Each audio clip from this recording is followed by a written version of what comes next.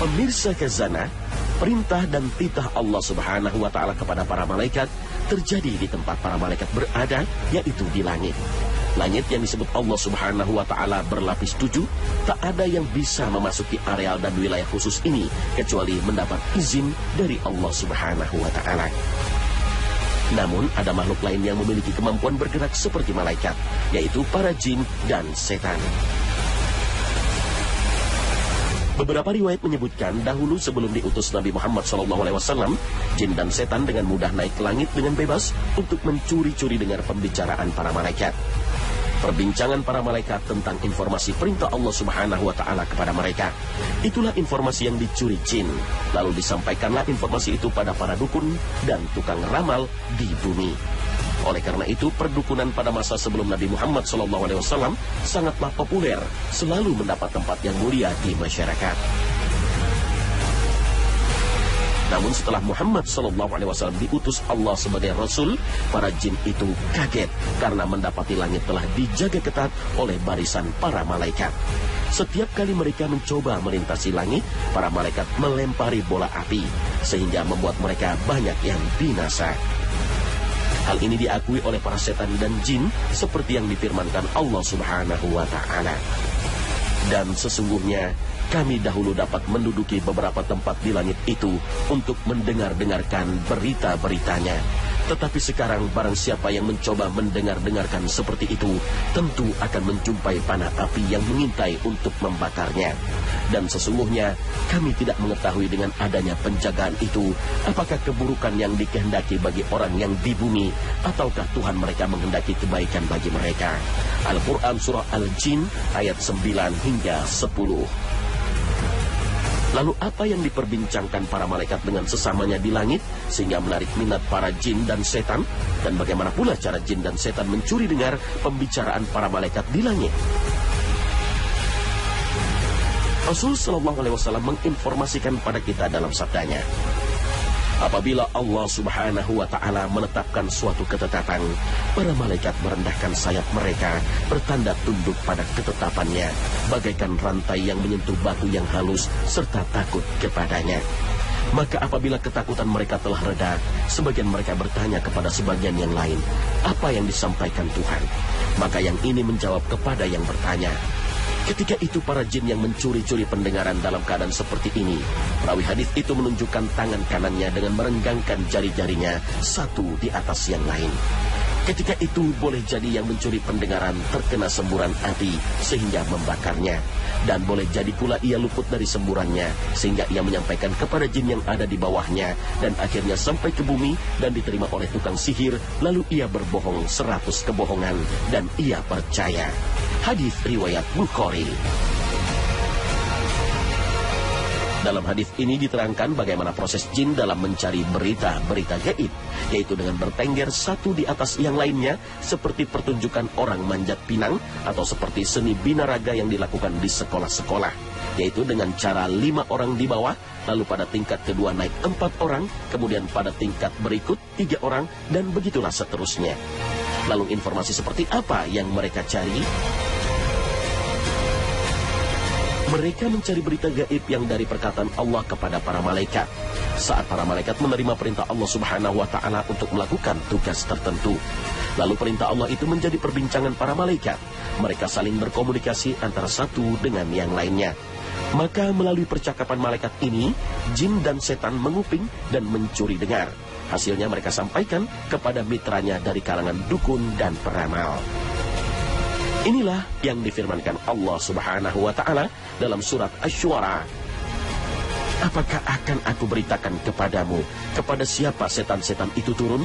Mereka turun kepada setiap pendusta lagi banyak dosa. Al-Quran surah Asy-Syu'ara ayat 221 dan 222.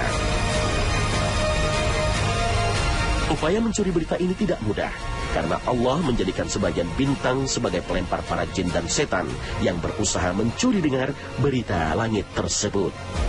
Jika ada yang lolos dan selamat dari lemparan bintang berapi, mereka mencuri satu kalimat dari berita langit. Artinya, mereka tidak mengetahui secara detail atau seutuhnya tentang berita langit tersebut. Lalu berita tersebut mereka campur dengan 100 kedustaan. Maka adanya manusia yang mempercayai dukun adalah gara-gara tidak melihat kebohongannya dan hanya mengingat satu kalimat yang terdapat 100 kebohongan itu. Lalu kalimat yang satu tersebut diekspos kemana-mana, namun tidak mengekspos kebohongannya yang begitu banyak. Dulu sebagian sahabat Nabi pun sempat terkecoh dengan informasi dukun yang terkadang benar. Maka para sahabat bertanya kepada Rasulullah SAW tentang dukun. Jawab beliau, tidak perlu percaya. Lalu sahabat bertanya lagi, wahai Rasulullah, sesungguhnya mereka kadang-kadang memberitahu kita sesuatu yang benar terbukti. Rasulullah kembali menjawab, itu adalah sebuah kalimat yang benar yang dicuri oleh jin. Lalu ia bisikkan ke telinga pembantunya, dukun. Kemudian ia campur dengan 100 kebohongan. Itu sebabnya Nabi SAW melarang umatnya untuk mempercayai kebohongan para dukun dalam sabdanya.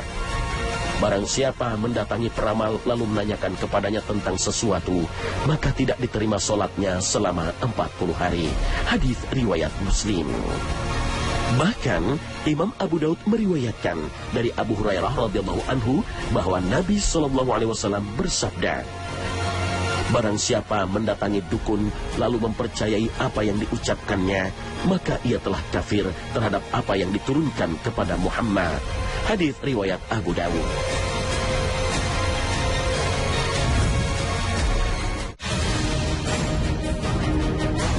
Pemirsa Khazanah, langit yang setiap hari kita pandang sesungguhnya menyimpan banyak misteri. Apa yang belum berhasil diungkap oleh manusia sesungguhnya masih jauh lebih banyak daripada yang sudah berhasil dicapai. Berbagai penelitian, riset justru semakin menegaskan keterbatasan manusia. Setiap manusia berhasil mengungkap sesuatu yang baru, saat itu juga mereka berhadapan dengan misteri baru. Maka disinilah Islam menuntun manusia, jika berhadapan dengan hal-hal gaib yang manusia buta informasi tentangnya, maka hanya wahyulah satu-satunya kebenaran yang bisa diandalkan. Baik wahyu Allah berupa Al-Quran atau yang disampaikan melalui lisan dan kalimat nabinya, Al-Hadith. Salah satu informasi langit yang dikabarkan kepada manusia adalah Lauh Mahfuz, pusat data yang paling terjaga keamanan dan kerahasiaannya, termasuk dari para malaikat dan para nabi yang dekat sekalipun. Pusat data yang menyimpan segala sesuatu tentang informasi bumi dan langit, jauh sebelum keduanya diciptakan. Lauh Mahfuz berkaitan dengan takdir Allah untuk setiap dan semua makhluk. Sebelum Allah Azza wa Jalla menciptakan semua makhluk, Allah sudah mengetahui apa yang akan dilakukan oleh setiap makhluk. Kemudian pada masa 50.000 tahun sebelum Allah menciptakan langit dan bumi, Allah menciptakan qalam atau pena. Lalu diperintahkannya qalam untuk menulis semua takdir. Hal ini dapat kita pahami dari kedua hadis berikut ini. Allah menulis takdir pada makhluk 50.000 tahun sebelum diciptakannya semua langit dan bumi. Hadis riwayat Muslim. Yang pertama yang diciptakan oleh Allah adalah pena. Allah berfirman, tulislah. Pena menjawab, apa yang aku tulis? Allah berfirman, tulislah takdir yang telah terjadi dan akan terjadi selamanya. Hadis riwayat Tirmizi. Hal ini juga telah Allah terangkan di dalam Al-Quran. Tiada suatu bencana pun yang menimpa di bumi dan tidak pula pada dirimu sendiri, melainkan telah tertulis dalam kitab Lauh Mahfuz sebelum kami menciptakannya. Sesungguhnya Allah mengetahuinya, apa saja yang ada di langit dan di bumi. Bahwasanya yang demikian itu terdapat dalam sebuah kitab Lauh Mahfuz. Sesungguhnya yang demikian itu amat mudah bagi Allah. Al-Quran Surah Al-Hajj ayat 70. Pada saat itu hanya ada Allah dan tidak ada apapun sebelumnya. Singgasananya di atas air, menulis semuanya dan menciptakan langit dan bumi. Hadis riwayat Bukhari. Menurut Ibnu Hajar yang memberi penjelasan hadis Bukhari ini, Allah menulis semuanya di Lauh Mahfuz. Secara bahasa, Lauh Mahfuz terdiri dari dua kata, Lauh dan Mahfuz. Lauh pada masa dahulu dikenal sebagai sebuah bidang papan atau tulang yang biasa digunakan untuk menuliskan sesuatu. Papan dan tulang itu hanya disebut lauh jika sudah ditulisi. Sedangkan qalam adalah alat tulis atau pena. Dulu biasanya dalam kolam berupa bulu unggas yang dipakai untuk menulis, setelah sebelumnya dicelupkan ke tinta terlebih dahulu. Atau bisa juga berupa sebatang ranting atau kayu yang diruncingkan untuk menggores lauh. Sedangkan mahfuz berarti terjaga. Sebagian ulama mengartikannya terjaga dari penambahan dan pengurangan. Sebagian lain memaknai terlindungi dari intervensi setan.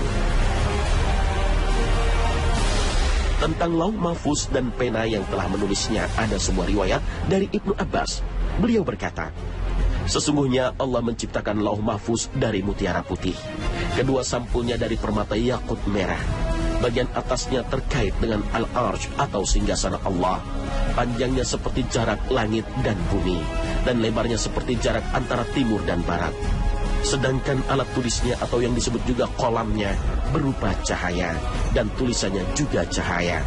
Dalam sehari Allah melihatnya sebanyak 360 kali, dan setiap itu Allah Ta'ala memberi kehidupan dan mencabut nyawa, menciptakan dan memberi makan, meninggikan dan merendahkan, dan melakukan apa yang dikehendakinya. Setiap catatan takdir yang ada di lauh mahfuz akan dititahkan Allah melalui malaikat. Hingga setelah perintah Allah terucap, maka para malaikat memperbincangkan perintah itu satu sama lain. Isi perbincangan inilah yang selalu diincar para jin untuk diinformasikan pada mitranya, para dukun di bumi. Dengan begitu, Allah Subhanahu wa Ta'ala tak pernah lalai, apalagi tertidur. Setiap waktu terus mengurus makhluknya. Allah Subhanahu wa Ta'ala berfirman, setiap hari Dia dalam kesibukan. Al-Quran Surah Ar-Rahman ayat 29. Hal ini juga diperkuat oleh hadis dari Abu Ad-Darda. Rasulullah SAW bersabda, di antara kesibukan yang dilakukan Allah adalah mengampuni dosa-dosa, melapangkan kesempitan, mengangkat derajat suatu kaum dan merendahkan yang lainnya. Hadis riwayat Ibnu Majah.